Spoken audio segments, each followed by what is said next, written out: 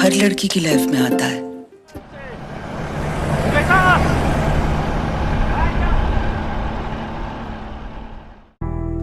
আসলে ভালোবাসা কি জানো তো ভাইয়া, অনেকটা ঠিক ওই ম্যাজিকের মতো। কার কপালে যে কখন লেগে যায় কেউ বলতে পারে না।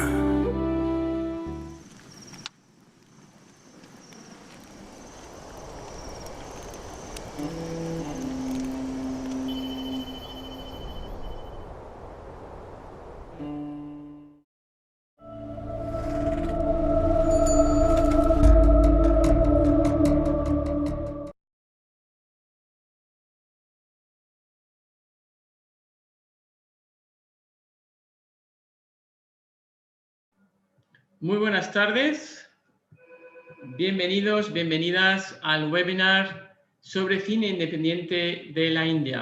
Bienvenidos, como decía, al cine independiente de la India en este webinar que organiza Casa de la India en colaboración con el Círculo de Bellas Artes de Madrid, la Spain Film Commission, Mallorca Film Commission, Mallorca Turisme y Valladolid Film Office. Con nosotros tenemos una serie de panelistas que ahora pasaré a presentar, pero previamente quería dar la bienvenida al público que nos está viendo a través de YouTube Live y otros canales de redes sociales. Estamos en directo, cada uno desde sus oficinas en India y en España, en este encuentro celebrando el cine independiente de la India y posibles colaboraciones. El marco de este encuentro online sobre el cine independiente de la India es IndiaIndie, la muestra de cine independiente de la India que celebra su tercera edición después de su paso por Mallorca en el mes de diciembre, ahora en Madrid, en el Círculo de Bellas Artes, con 6 largometrajes que se proyectarán a partir del lunes, día 15 a las 6:30, en Cine Estudio del Centro de Madrid. A partir de ahí habrá películas también y proyecciones el día 18, 22 y 25 de marzo. El programa está disponible en la web de Casa de la India y en la web del Círculo de Bellas Artes. También una magnífica noticia es que estamos este año online en Filmin, en la plataforma española por excelencia, con 5 películas, largometrajes de las últimas ediciones de IndiaIndie que se podrán ver hasta el día 22 de marzo. Por tanto, voy a proceder a dar la bienvenida a los ponentes y pasamos a mantener esta conversación en inglés. A warm welcome to our guests from India. We are celebrating today Indian independent cinema with a distinguished selection of panelists from India, different parts of India, I believe from Delhi and Kerala, as well as our Spanish co-panelists from Mallorca and Valladolid. With us today, we have 3 Indian guests, which I'll introduce to the audiences in a short while, but I'll just mention them so that we know, the kind of distinguished guests we have. Bina is film editor. She's also the director of the Kerala Film Festival, and she's vice president of Chalachitra Academy of Films in Kerala, State Academy for Films. Alankrita Shrivastava, director and screenwriter, at the moment shooting in Delhi. And Palathara, also from Kerala, director, screenwriter. These are our Indian guests. And from Spain, we have Juan Manuel Guimeráns, who is the secretary of the Spain Film Commission. He's also the manager of the Valladolid Tourism Office, and he handles the Valladolid Film Office as well. From Mallorca, Pedro Barbadillo, he's handling the Mallorca Film Commission, and he's also on the board of the Spain Film Commission. I think it's a wonderful topic which we have today. We do not know too much about Indian independent cinema in Spain, and we hope that through these initiatives and future projects, and of course, through IndiaIndie, the platform we have created, we will be able to bring this in the future regularly to Spanish audiences. Let me start by introducing, first of all, Bina, who is the curator of this selection of films. And it's the 3rd edition. We've had the privilege to have her in Spain several times. I must say also that it's no coincidence that Casa de la India, the Center for Indian Culture in Spain, is in Valladolid, and where we also host one of the most important film festivals.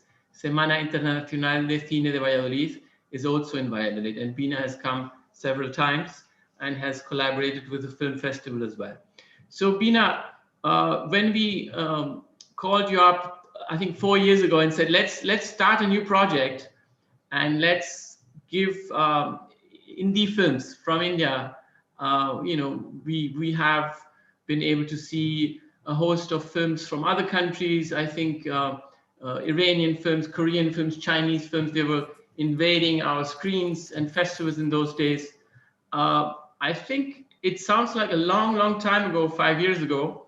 Tell us, from your perspective, what is the concept behind your selection of these films? You've had 3 editions already, very diverse.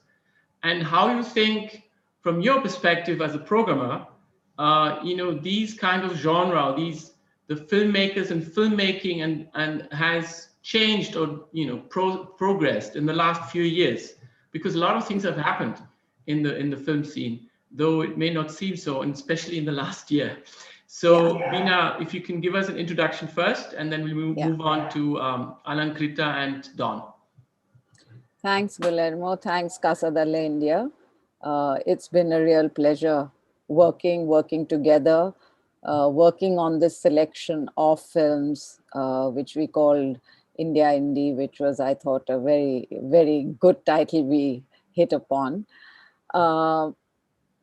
There are 3 things that I would like to sort of mention about how, in my mind, the curatorial work of this festival work is conceived.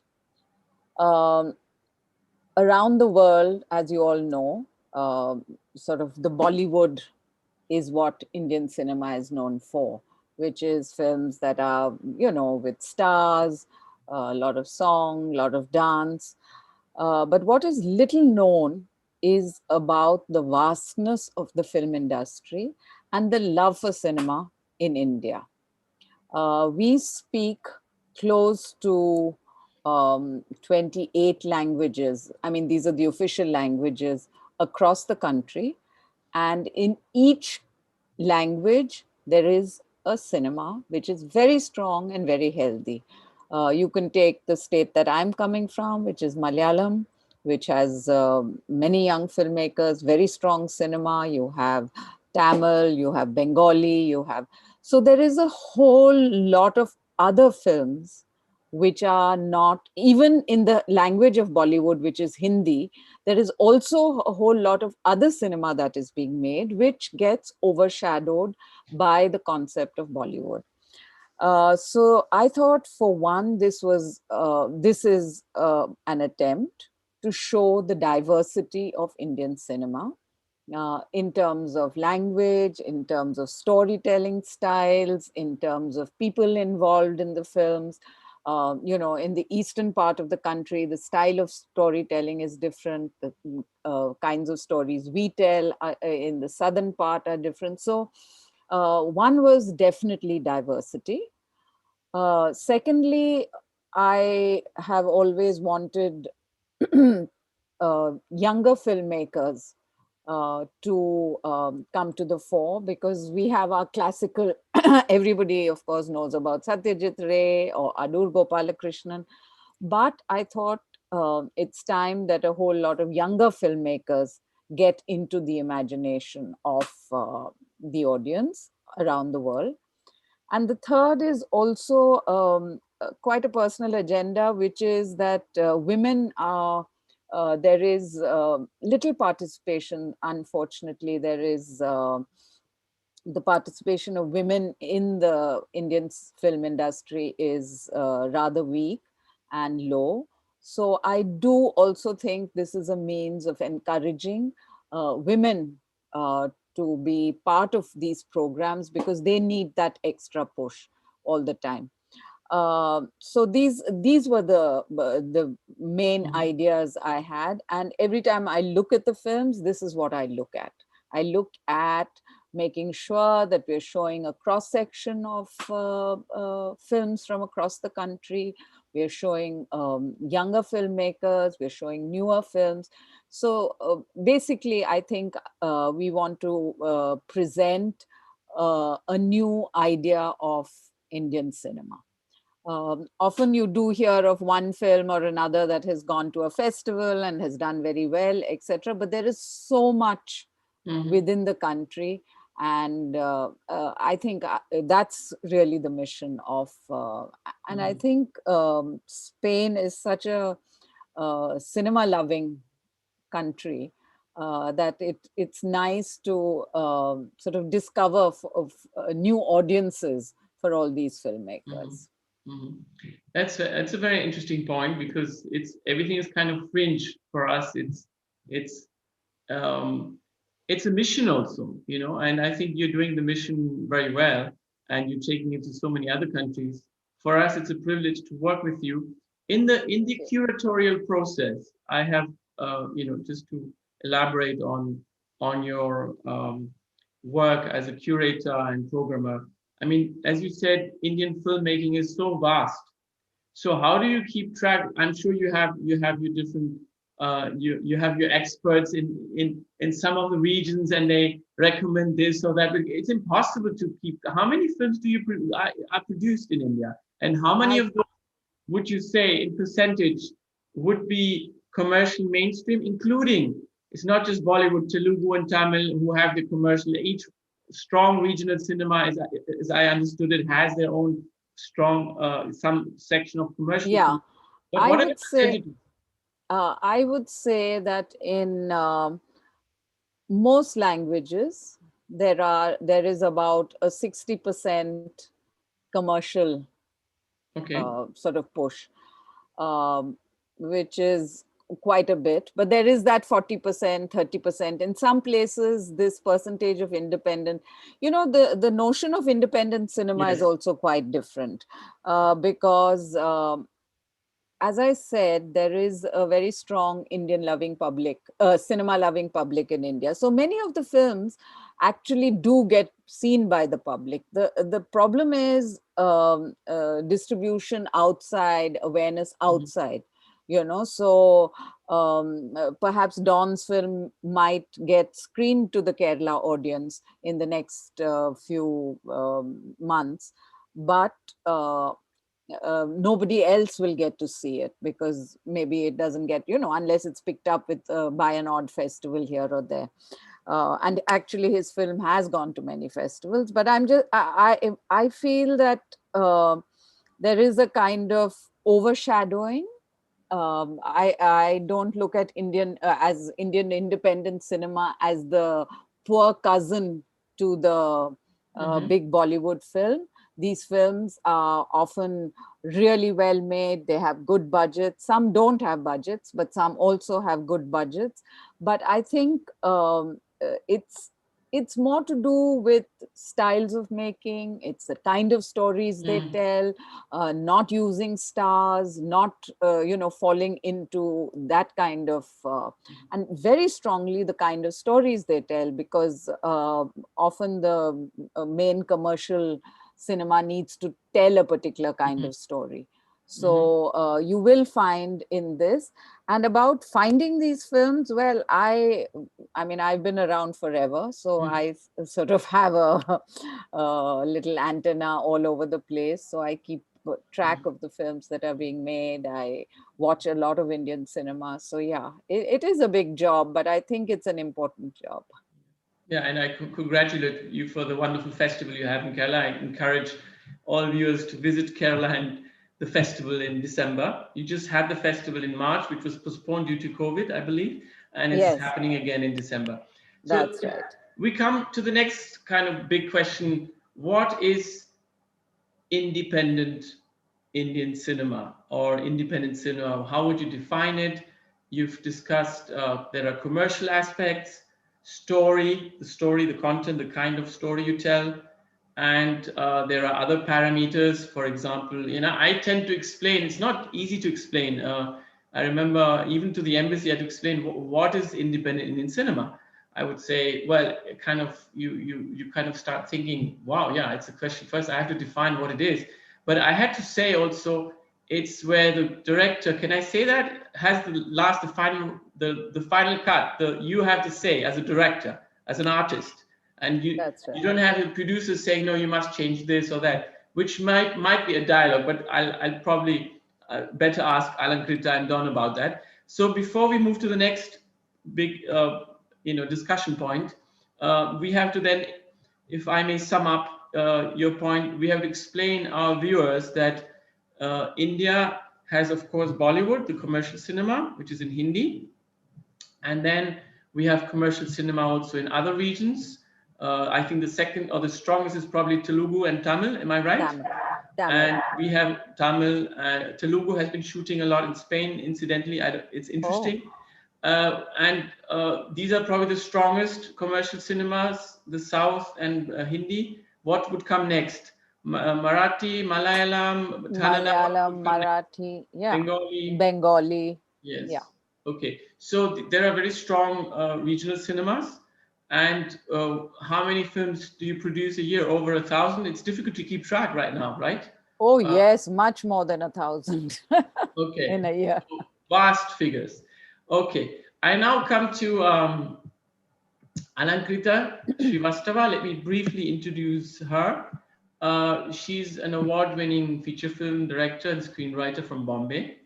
And she's focusing mainly on telling women's stories and exploring the interior world of women through her films. There's been a very interesting third feature film recently, Dolly, Kitty and Those Twinkling Stars. I think it's available on Netflix in Spain also, which had its world premiere at the Busan International Film Festival in 2019 and released on Netflix in September 2020. She's co-written and co-directed the critically acclaimed and very popular Amazon Prime series Made in Heaven in 2019. And of course, her second feature film, we must highlight Lipstick Under My Burka, which is part of the sessions, the films we're showing on Filmin, and was part of the IndiaIndie edition 2019, if I'm not wrong, which was premiered at Tokyo International Film Festival in 2016, a film that was banned in India for some time, feeling very honest about perhaps too honest about the portrayal of women, as some sections thought, and she really had to fight a long battle to release it there. Finally, it was released in July 2017, and it became a huge commercial success as well. There is, of course, much more work she's doing. There's the original drama series Bombay Begums, which will release across the world on March 8th, 2021, International Women's Day. So I think you have... It's already on television and already having trouble. Wonderful, yes. And then I believe you're also shooting now another film at the moment. So it's a big, big privilege to have you on board, Alankrita. Tell us for you, so I will package the question now in two aspects. In general, if you had to define independent Indian cinema, or how would you define the Indian cinema scene at all, if you had to start from scratch? And how do you personally, define your kind of cinema within that? Because you have to understand, we are talking to Spanish audiences. We need sometimes labels, or we need to establish some kind of, definitions which can be broad and flexible. Of course, in America, if you say what's independent cinema in America, an independent film in America has more budget than a commercial film in Europe sometimes. So please, you have the floor now. From my point of view, I think I think in today's times, independent cinema is something I think that is more independent in terms of spirit, in terms of story, in terms of style, in terms of maybe dealing with material that kind of challenges the status quo, and may not be driven, and usually not driven by the Bollywood star system in that sense. And the whole cinema landscape, of course, I personally can only speak about the Hindi film industry. I'm really not familiar with the film industry, in other states. The Hindi film industry, of course, it is like it's centered around, these male hero films, and which have like these big budgets and all of that. And there is a particular kind of trope which is, I think, now changing a little bit about the kind of film that one considers a Bollywood film. In that sense, I do think that Hindi mainstream films are also sort of changing. But the thing is that the financial pool for making, whether you're making a film which is more independent in spirit, or you're making a mainstream film, uh, the source of funding and financing largely, from my perspective, is pretty much the same. Like, you have to go to those same studios or people to get funding, and then the distribution of those films also, like theatrical distribution, like the channels are the same. It's not like India has a separate chain of cinemas which are only showing independent films. So basically, what happens is that in this entire ecosystem, because the financial, structural, and institutional ecosystem is such that independent films are always trying to get resources, and there isn't another proper avenue for getting those kind of resources. So you're always competing, with the mainstream in that sense. So I feel like, in a way, it's because the money and the way it's exhibited, it often, it's the same channels, it's the same theaters. So I feel like the difference really is more in terms of spirit and treatment, and sort of the story and the style, rather than a kind of any other kind of systematic difference, like that. And yeah, and personally, I feel like there is, of course, like a full more art house kind of cinema. As for myself, I feel like I'm always somewhere in the middle, because I don't think that like the kind of films I make are like fully art house, and they're really not fully mainstream. So often I find myself in a very strange situation because I'm like, I don't know where I belong. And I think and I'm just more driven by whatever stories I want to tell, and just hope somehow like somebody is going to fund those films, and somehow they'll find an outlet. And then I think I don't think too much about, like I just feel like I should just tell the stories that I want to tell, and not worry so much about where I'm actually fitting in, because I know that I don't fit in either space really, fully in that sense. And yeah, but I do feel that independent films in India, like some of them are really, really very, very beautiful, and I think I'm always inspired by that cinema, and I feel like it encourages, um, it as a filmmaker, I feel so much more encouraged watching that kind of cinema. And honestly, a lot of the mainstream films, I honestly, I can't really even watch them, because it's just a very different style and tone. And I think the main, yeah, tone is actually the word I was looking for. I think tonality is a huge difference between, I think, mainstream Hindi film and an independent Hindi film. Okay. You talked about the spirit of a film. Do you quarrel with your producers? Do they sometimes want to steer your film in a particular direction, or do you have complete control artistically about how you want to edit and release the film? It really depends. I think I've been very fortunate that I've had really good producers vis-a-vis my feature films, and even vis-a-vis all the work that I've been doing in terms of series. So honestly, I've not felt that they're trying to tell me what to do, or like write something and not the other. So I feel I've been fail in quite a good space like that. Like, I have written what I wanted to. The final cut is, like the kind of film. It may be not perfect or whatever, but I can't like pin the blame on somebody else and say they made me do this. Like I definitely take full responsibility for it. So I think that I've been very fortunate, but I do think it's also a function of the budget, because I feel like my films are made in a really small budget. And I think I have had more freedom because the budget of those films has been contained. I'm not sure that if the budget of those films was really large, and I was working with very big stars, I mean, I don't know, it could be, it could not be, but I'm not sure I would enjoy the same kind of creative freedom. Because the thing is, unlike, I don't know, I mean, unlike maybe my understanding of independent cinema in Europe, the thing is in India, even as an independent filmmaker, I'm very conscious that whatever money is spent on the film, the producer must get that money back somehow or the other. I mean, they may or may not make a profit, but I don't want to be responsible for.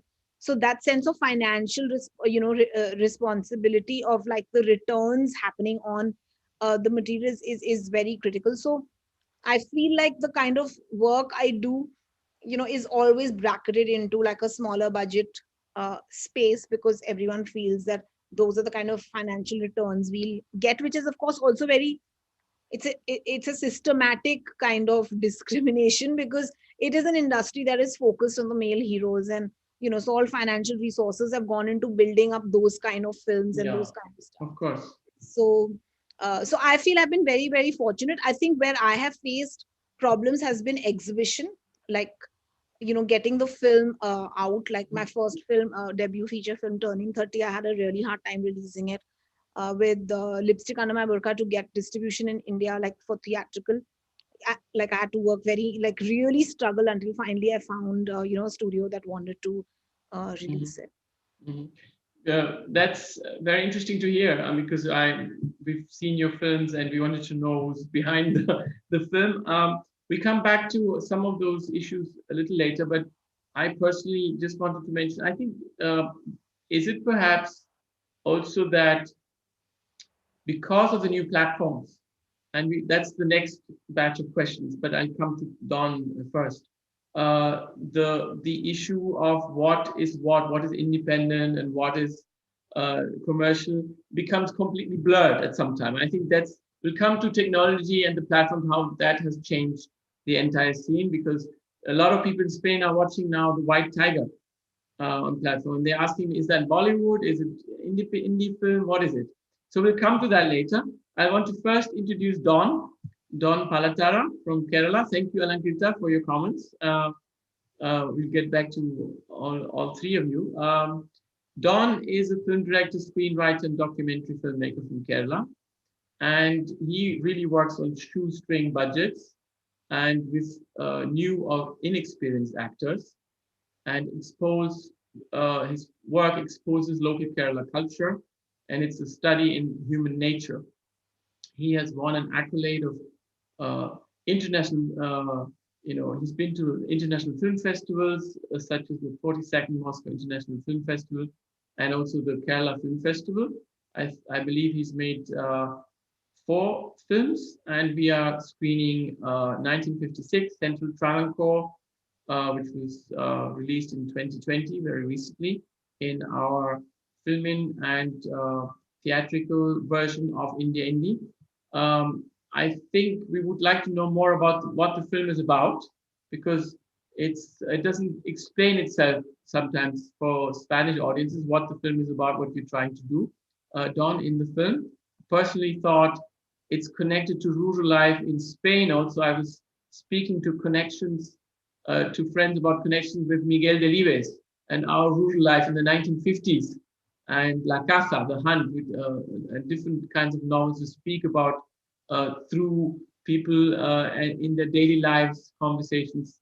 I think it's a similar kind of effort. We understand in the heart of Spain the spirit of your film, Don. Please tell us about your work, your film, and your take on the issue of independent cinema and definitions. Yeah, thank you, Guillermo, and thank you for the opportunity to screen the films in Spain and on filming as well. And thank you, Bina Paul, for suggesting the film to IndiaIndie program. Well, through my films, what I've been trying to show is, something different from what the mainstream cinema has been showing as well. Like Alankrita said earlier, the mainstream cinema mostly portrays the story of a male protagonist, or the male hero.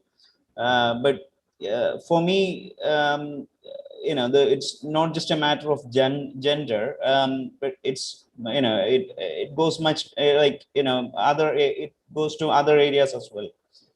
So what I've been trying to show in my films are the kind of stories that are not usually told in the mainstream cinema that we which are usually very colorful and cheerful and mostly superficial. So what I've been trying to do differently is to look at the things that the mainstream cinema seldom pays attention to, and also in a way they seldom approach life and cinema. I think it is about the choices that we make, in the way the story is told. In India also, for me, and again, when I come back to the question of this particular cinema 1956, this film is for me, that film was more about storytelling too, like the way stories are told. So the film connects so many different stories together, and even though it is presented as one single story, it's actually a collection of stories. So what I've been trying to do in that film also was something different from what we have been seeing in mainstream cinema, or it is easy to tell the story of Hunt. It's too easy to tell if you are looking at the story of just the main plot. It is too easy to approach it as a thriller or a different genre film. So I wanted to give it a different approach, and in a more, it's more about what I personally care. So in another way, it approaches the question that you asked earlier about what independent cinema is. Like Guillermo mentioned earlier, it is about the director not only being the one who says that this is the final cut, but making most of the major decisions in the filmmaking process, I think. But so the challenge itself, the challenge again is to get the fund that is needed for the film. The first challenge is so, but for the same reason, I've been sticking to shoestring budget films, because I didn't want to put too much burden on the producers. And luckily, I've had a few friends who came forward to fund these films, knowing that they wouldn't be making box office, huge money in the box office, or they wouldn't be appealing too much to the mainstream public. But so for me, the challenge is to have these different or unique voices displayed through these films, and also then the second obstacle comes, like finding the audience. And the festivals that I've been to are doing a great job at that. Also, the film societies in Kerala, there are film societies through which we have been showing films. But after the COVID situation came, the film society movements, are like they are not operating as effectively as they used to. So but in the also like film society movements, they have a historical importance too, but these days, after the advent of TV and digital media and everything, I think we have to explore different venues to or different OTT platforms or something like that, to in order to promote or show these kind of films with very distinct voices. Yeah. Thank you, Don. I think this dovetails with the other question I just raised, and I want to open now the floor to our Spanish participants also. I would like to pose a question to all five of you, and you can interact between yourselves, of course. How has the digital platforms and the whole universal because they are universal now. No? Some of the main platforms, they've now entered all the markets. It's been changed. It's happened in the last few years. The big key players. Fortunately, in some countries like Spain, we also have homegrown platforms like Filmin, and I'm sure you have them in India as well.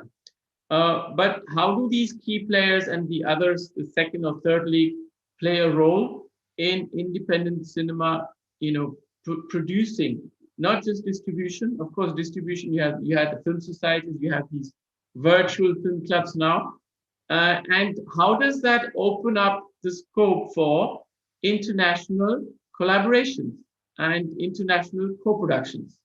Because the aim of IndiaIndie, and this is kind of the second part of the session, is to explore how in the future, via a number of festivals like Atlantida in Mallorca or Siminci in Valladolid, and of course the online version, we can have actual workshops where we can discuss co-creation, co-writing. Maybe we can find stories that have universal appeal. It doesn't have to be always about Indo-Spanish cliches, but a story that can work in different places. I'm aware that this has happened in Film Bazaar, in Goa, and other places where, with other countries like UK, Germany, and so on, co-writing, co-funding, co-production, location, why not? And discuss, of course, also distribution. So again, the question is, how does the new scenario open up or enable independent Indian cinema? How does it change the scene? And what is the scope for international collaborations? I'm sure our friends from Spain and Juan, Manuel, and Pedro would like to know. And any initiative you could discuss and propose, we're happy to explore. This is also a brainstorming session. We have plans to take them forward. So maybe we can start with any of you, if you want to jump at the question. Pedro? Oh, yes. Thank you very much. Well, I'm very happy to be here and also to have been hosting the IndiaIndie Festival this year in Mallorca, because I think we are facing a very, very interesting moment. And it's because also of this online platforms that bring the diversity of the world, not just the diversity of a single country, as Bina was saying before. We can see, and I'm doing it in my family also, cinema from all around the world, and mainly from India also, because there are so much films and so good films through the big platforms. And there is, at one side, is the acknowledgement of this diversity, and at the other side is also a very interesting phenomenon of cultural decolonization. We are suddenly facing and discovering cinemas from around the world, and this are enriching and making us more interested in seeing more.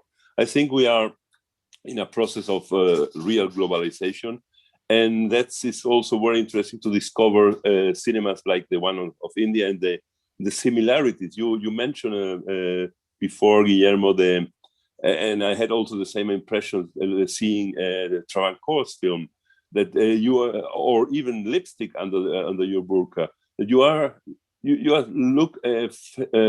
finding a lot of similarities between our societies. The role of woman in the Spanish society reminds me very much or a couple of time ago, very much what happens to the four women in lipstick under your burka. This quest in a very desert place that is going from rural to urban, as in other films. I think there are a lot of point of contact between our cultures that can be also explored through films and can be shown through films. That brings me to another point, that is the need of new ways of cooperation. It's very important to find ways of doing films between India and Spain, for instance, or between different countries, that finds these similarities and also these differences in a way that can be understood and watched by different audiences. I think we're coming from a time where cinemas were the expression of national identities. It has been in different countries, also in Spain and also in India. Bollywood is in some way a way of expressing the national identity of India in its big diversity. And we are now facing into a time where the identities are not mainly national. They are a group, they are gender, they are ideological, they are cultural identities that can be in this way enriched through this collaboration, this cooperation. I would like very much in the same way that you expressed before, to find ways to organize script writing forums where Indian and Spanish writers could take part, co-production forums that could encourage new ways of working together of these two big cinematographies. And well, all in this direction, it's very welcome. Yeah. Thank you, Pedro, for your very thought-provoking comments. I think you've canvassed quite interestingly the scenario that we're facing. It's probably a true globalization. I keep getting comments even from my mom. You can watch now all these films she did not have access to. Now I can watch Indian films, I can watch Iranian, Korean, and it's all there.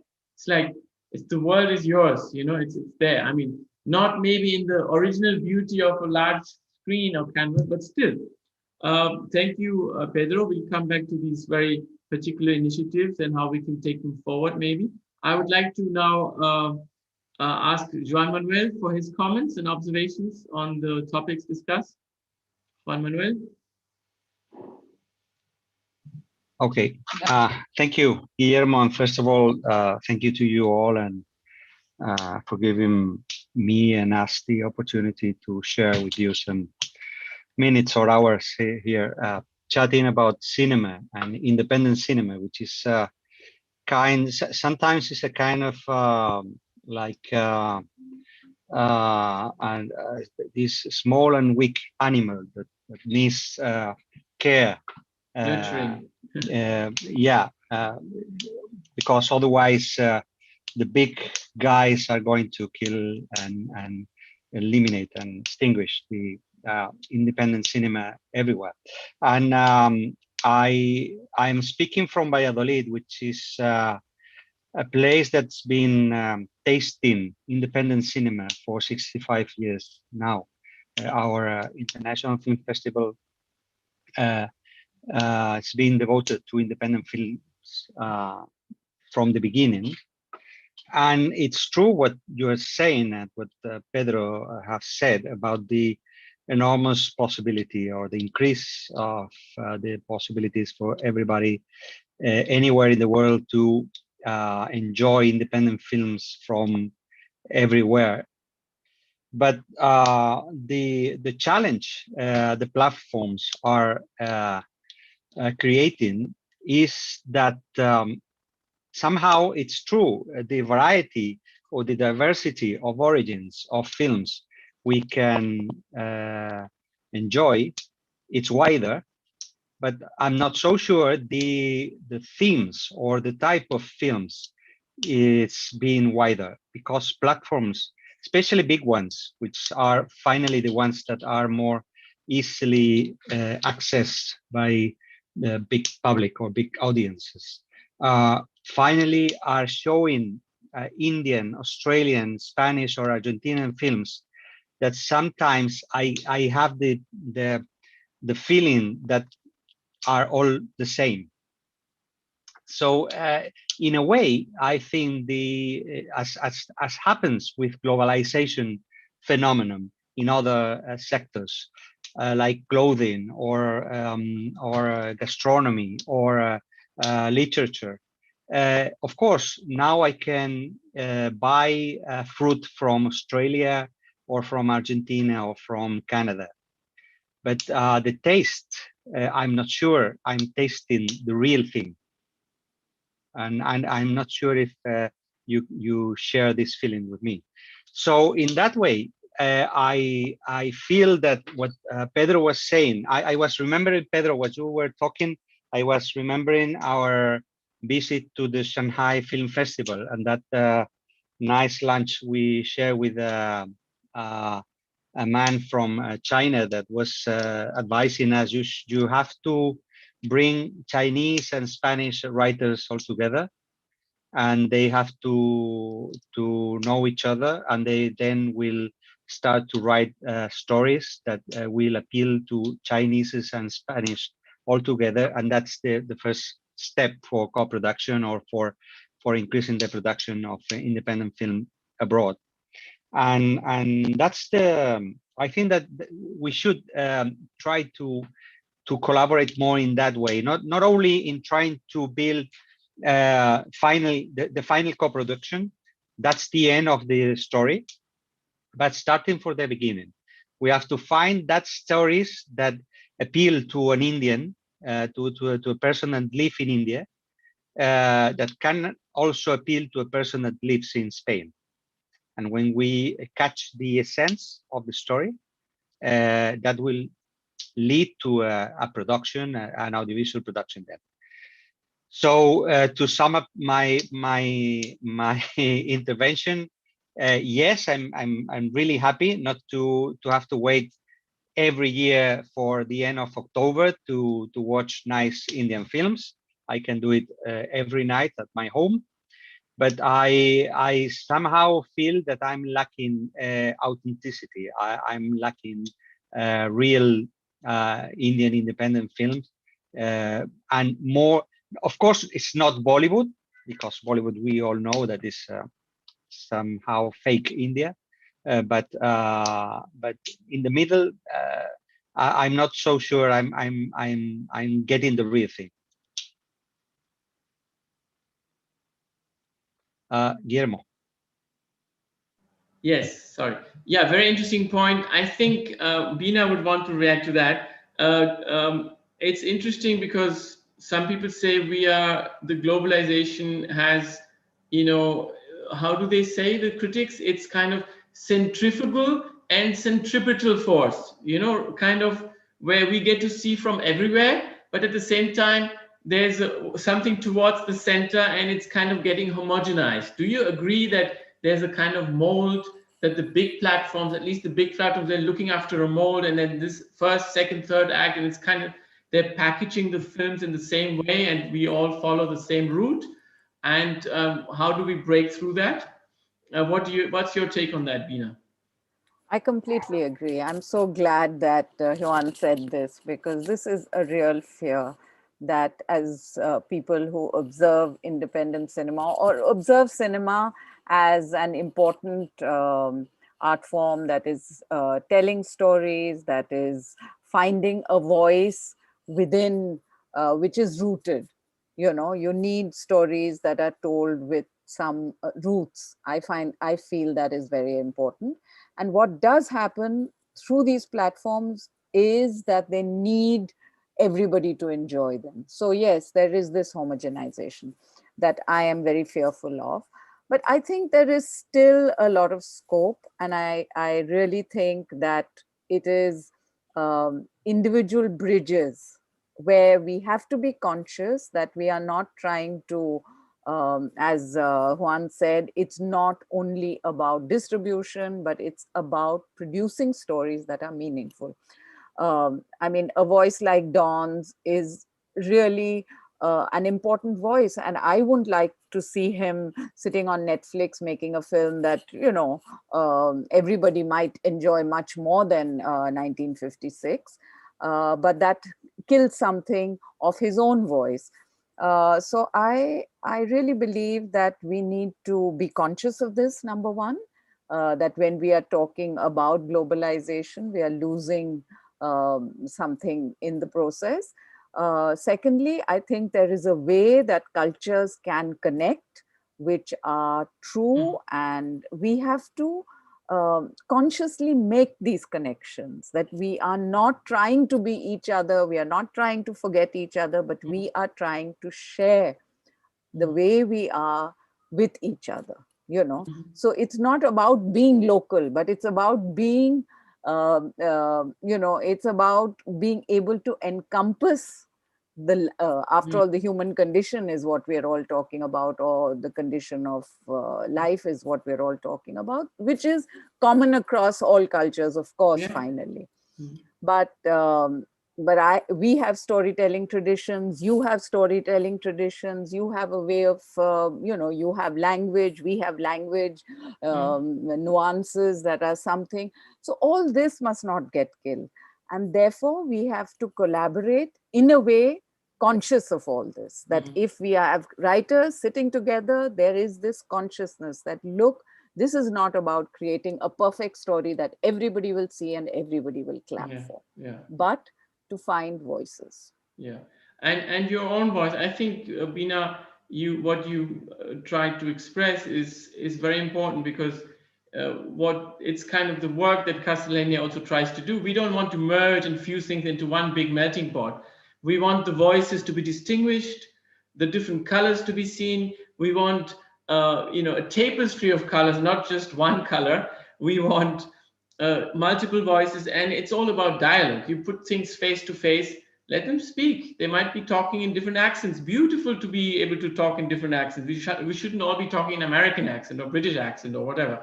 So this is kind of the metaphor and the spirit, perhaps, behind that approach, and we fully agree with what you said. Alankrita, I come back to you. For you who sail the in-betweenness, between, as you said, the genre, and between the industry and the platforms, how do you see yourself sailing in this path? And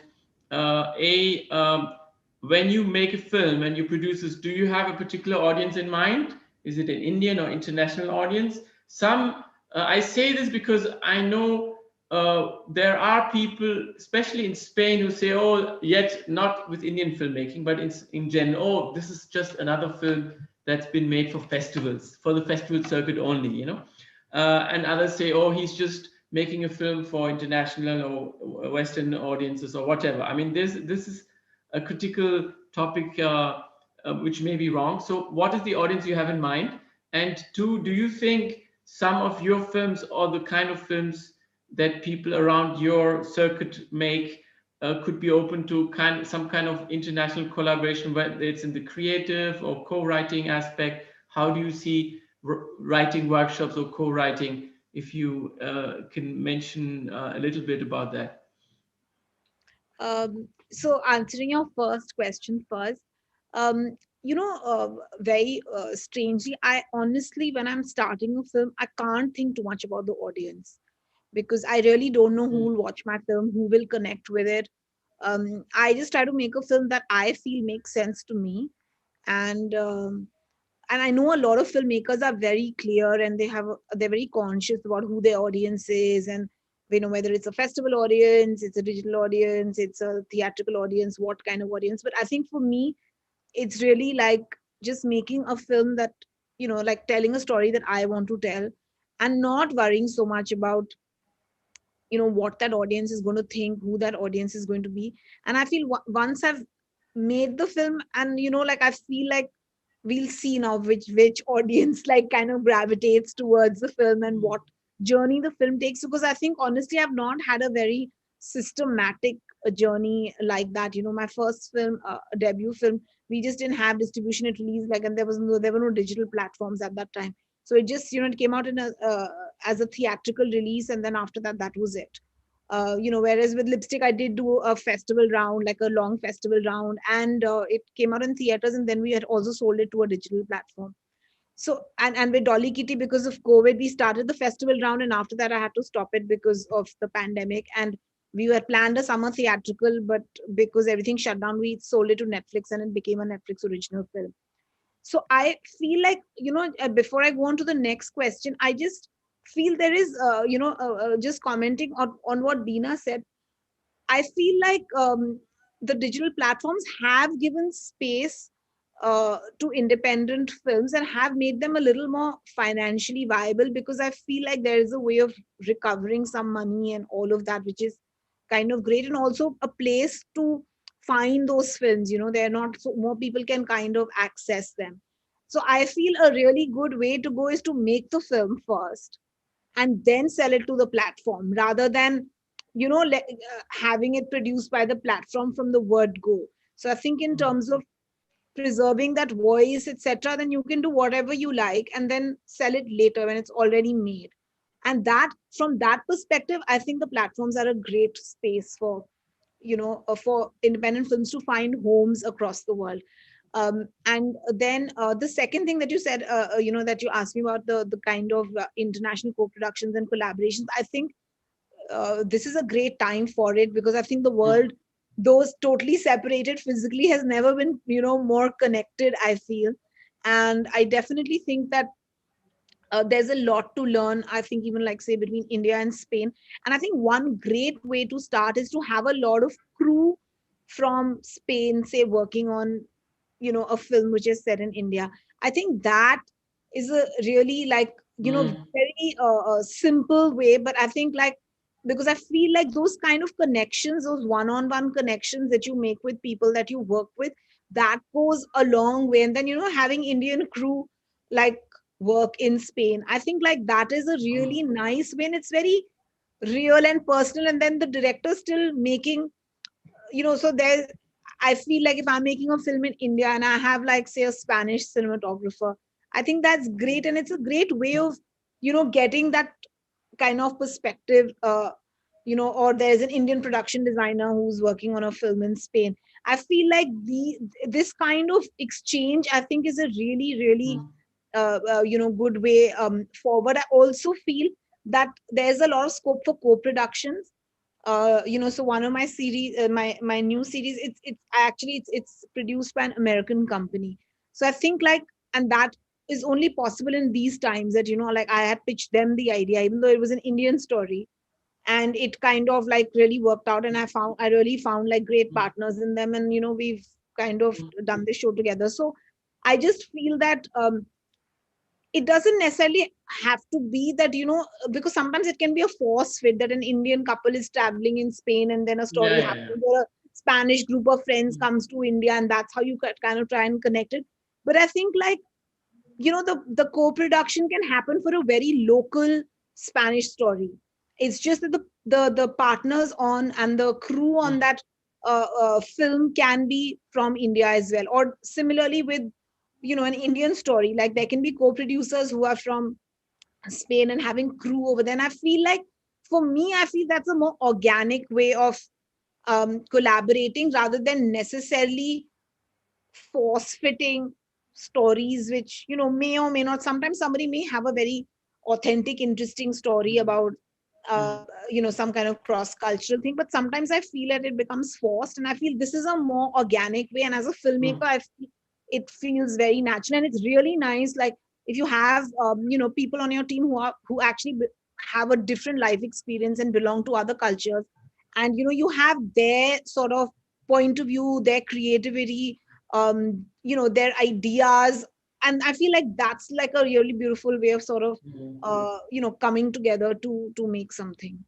That's a very interesting point, Alankrita, and I also agree that, of course, the Bollywood way is to say, okay, here we have a story with Spain, India, we travel, fall in love, girl falls in love with boy. And I get so many scripts from filmmakers, let's do an Indo-Spanish story. That's not the point exactly. I think it's about providing a platform for professionals to meet without providing the platform, because, of course, it could be Cannes or any of the festivals, but you have to force sometimes the two industries to come together by arranging something for them. It's like we have to provide the cafe, the bar where people meet, the space, and we have to provide that space where Indian professionals can come and meet the Spanish professional, whether it's a cinematographer or a designer or whoever. We have wonderful professionals on both sides.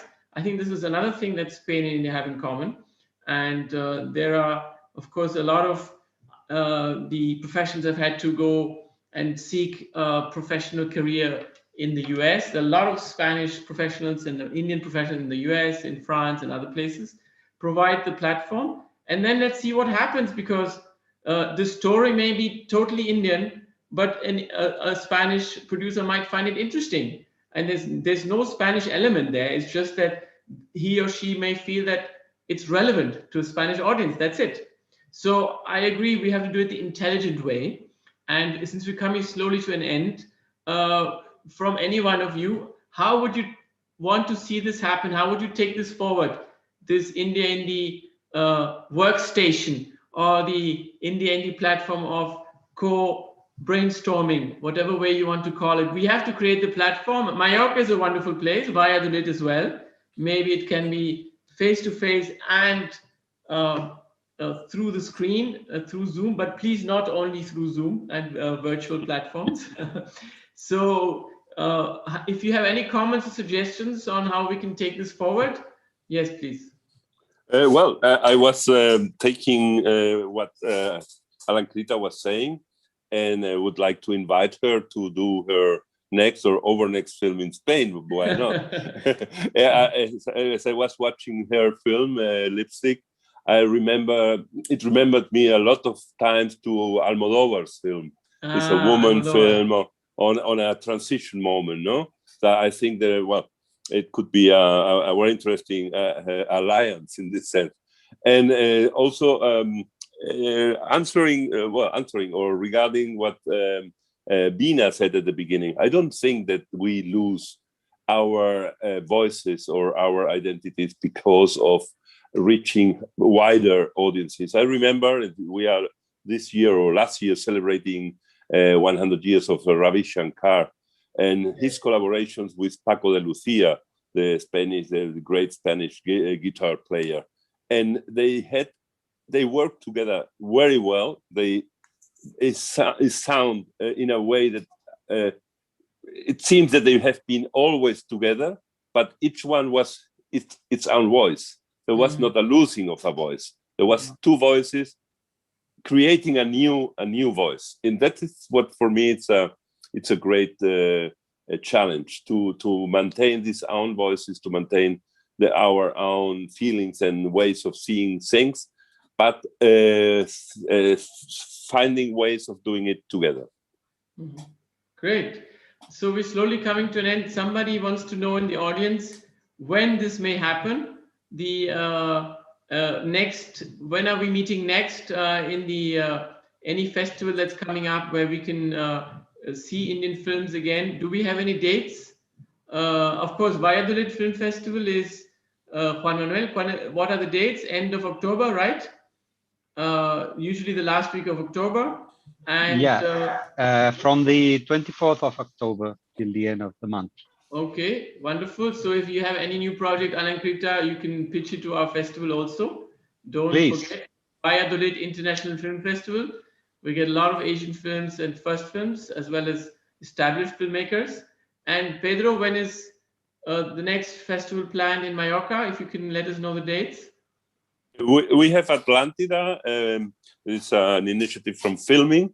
End of July. I think 26th July till 1st August.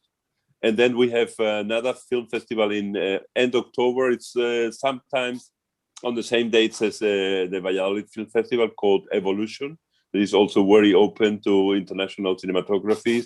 2 years ago, we had China as a guest cinematography. Would be great to have India as the next one. So anytime, July for Atlantida, October for Evolution. Yeah. And then, of course, we have to prepare for the next edition of IndiaIndie as well. Okay, Bina? Yes. Yes. So I think this is a great start. There's a lot of potential. We have to believe in it.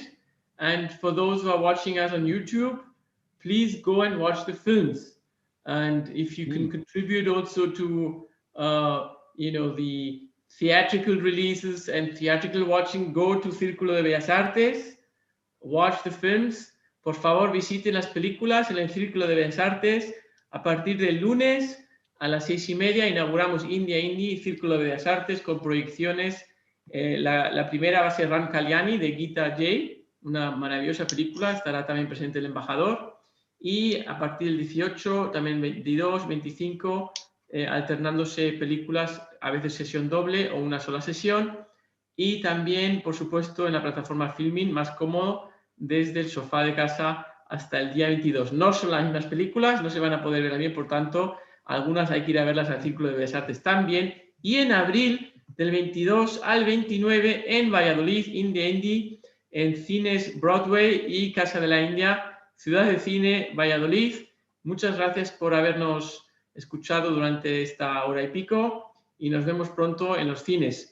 Thank you very much, Bina, Don, Alankrita, Pedro, Juanma. It's been great. We are very pleased to provide the platform. That's why we brought you together. Let's continue and let's take it forward and let's see what happens. We'll create some new babies as we go along. Okay.